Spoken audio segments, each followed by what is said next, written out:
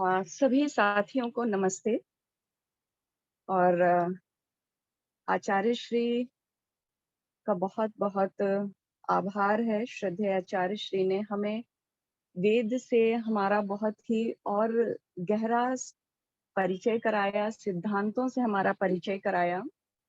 हम थोड़ा बहुत तो जान रहे थे और अपने समाज में जो भारतीय समाज है, यहाँ पर बहुत कुछ जैसा आचार्य श्री ने बताया कि हर चीज को जो है धर्म से जोड़ दिया गया, जो जीवन शैली होना चाहिए था, जो मनुष्य के जीवन में आवश्यक है कि यह जीवन के उनकी उन्नति के लिए आवश्यक है, उन सभी चीजों को एक धार्मिक व्यवस्था के साथ जोड़ा गया ताकि वह हमारी जीवन में सरलता से समाहित हो सके।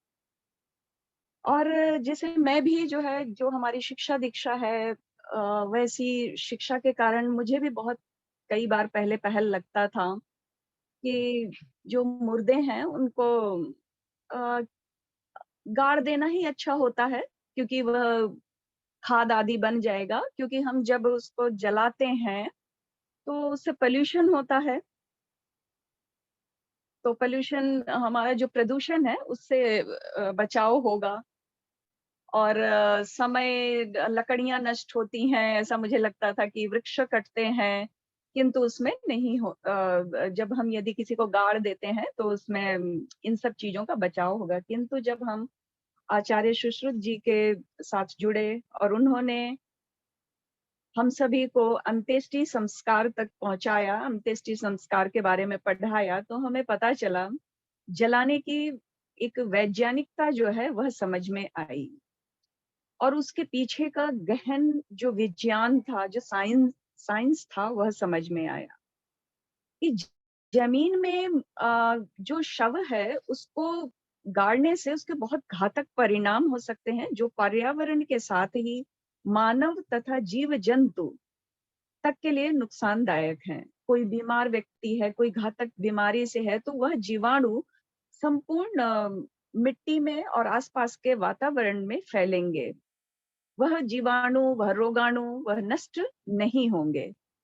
किंतु यदि हम किसी व्यक्ति को जलाते हैं और बहुत सारी जो औषधियाँ हैं और जड़ी-बूटियाँ हैं, उनके साथ और गौ घृत डालते हैं, तो उससे वह जीवाणु जो व्यक्ति यदि रोग से किसी बहुत भयंकर रोग से पीड़ित हुआ है, वह रोगाणु भी नष्ट हो जाएँगे।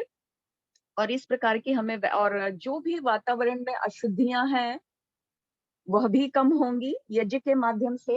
हमें जैसा पता चला है कि जो भी हम यज्ञ में डालते हैं वह अनेक गुना हो करके वृद्धि करके जो है वह वातावरण में पहुंचता है। जैसे एक मिर्च का उदाहरण दिया जाता है कि यदि एक मिर्च कोई व्यक्ति खाता है तो वह सिर्फ उस व्यक्ति तक ही सीमित रहता है, किंतु यदि वह मिर्च हम अग्नि में डाल दें तो वह अनेक दूर दूर तक लोगों को तंग कर सकती है। इसी तरह जो औषधियां हैं वह अनेक लोगों तक पहुंचेंगी।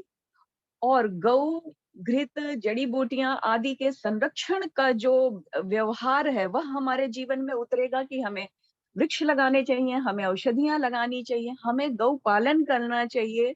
गौ हमारे लिए कितनी आवश्यक है जीवन में।